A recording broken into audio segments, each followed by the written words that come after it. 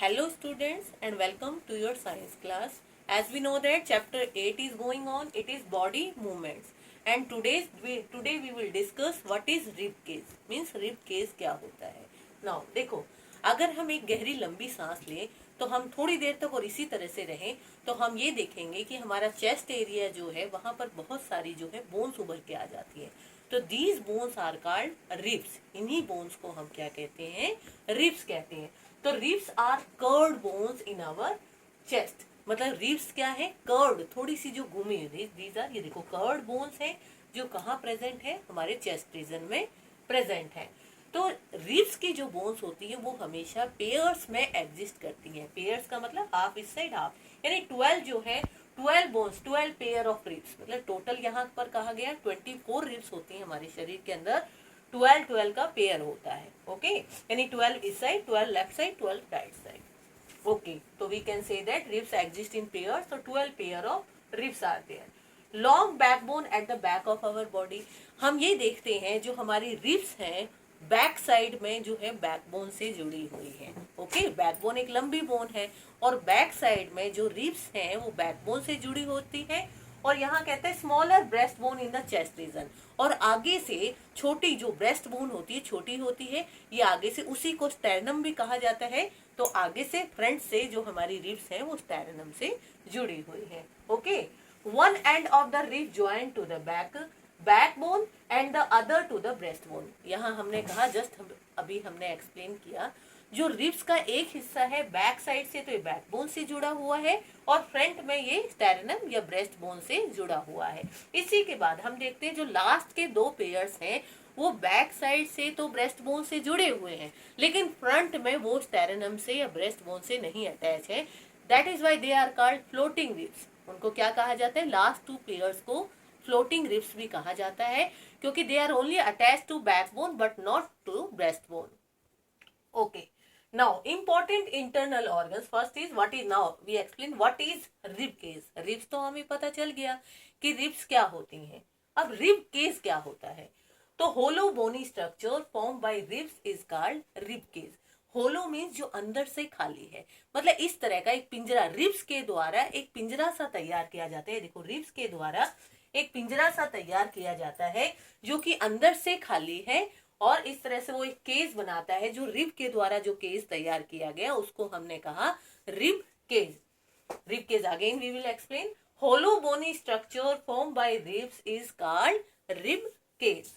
Now important internal organs. अब अंदर से खाली है तो हमने कहा इस अंदर वाले हिस्से में कुछ इंटरनल, मतलब जो हमारे अंदर ऑर्गन्स हैं, important internal organs such as heart, lungs, liver lie inside strong bony cage. और इस केज के अंदर ये जो मजबूत एक केज है, रिब्स के द्वारा जो एक केज बनाया गया है, इसके अंदर जो हमारे इंटरनल ऑर्गन्स है बहुत ही जो इंपॉर्टेंट है, जैसे लंग्स हो गए, हार्ट है, लीवर है, ये रिब केज इन ऑर्गन्स को प्रोटेक्ट कर रहा है.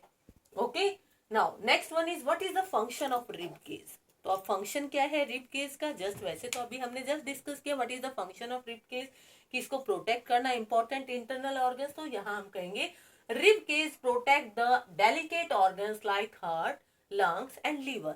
मतलब the main function of rib cage is to protect the internal organs like heart, lungs and liver. In organs को protect करना.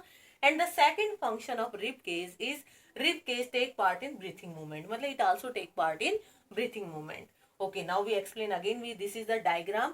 ये देखो, these are the ribs. ये single ये ribs है. These ribs exist in pairs. मतलब ये क्या है? These are curved bones. आपको थोड़ा ये घूमी हुई बोन्स नजर आएंगी तो ये कर्व्ड बोन्स होती है, चेस्ट रीजन में होती हैं. These are curved bones. And ये क्या सारी ये pairs, ribs bones are always exist in pairs. तो 12 पेयर्स होते हैं, टोटल 24 हो गई. लास्ट की जो फ्रंट में ये आपकी जो है ब्रेस्ट बोन से अटैच है और बैक साइड में बैकबोन से जुड़ी हुई है.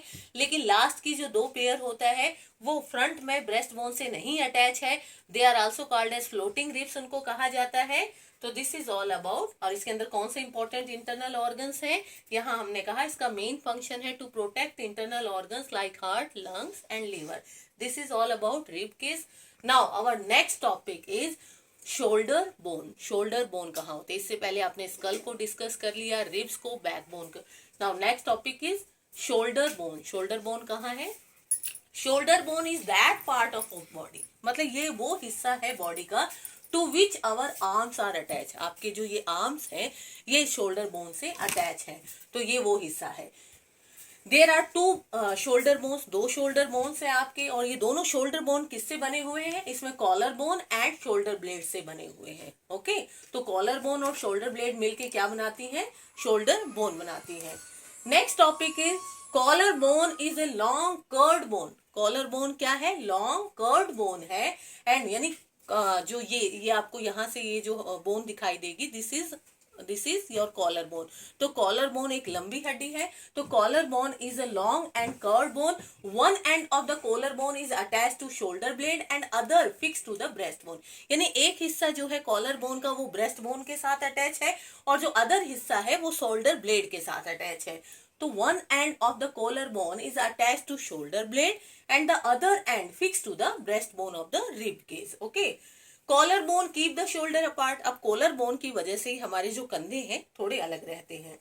Okay. Next one is this is the function of collarbone. Shoulder bone is large. अब shoulder bone क्या है? Shoulder bone is a large, मतलब बड़ा सा और flat triangular शेप बोन है। ये देखो, ये हमारा जो है ये शोल्डर बोन आपका पूरा मिलके बना हुआ है।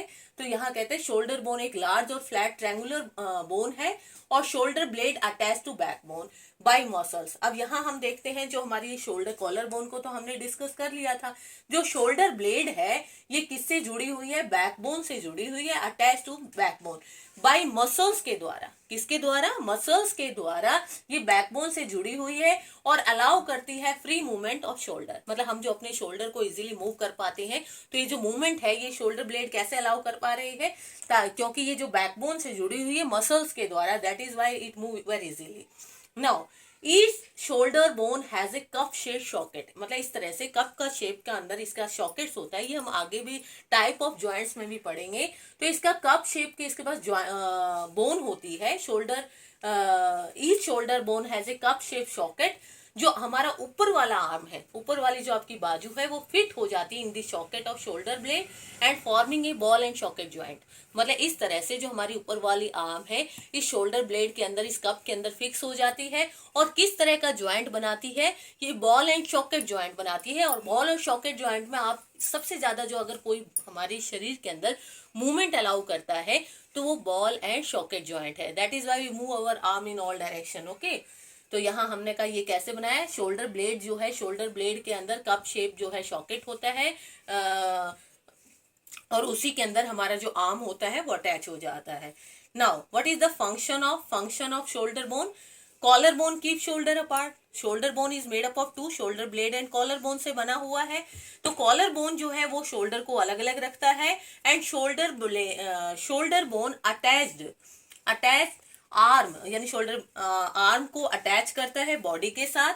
And third one is to provide site for muscles attachment which move arm, neck and upper. मतलब ये वो साइट प्रोवाइड करता है जिससे हम जो अपनी आर्म्स को, नेक्स को और अपर पार्ट को मूव कर पाते हैं। तो this is all about shoulder bones. Thank you बेटा।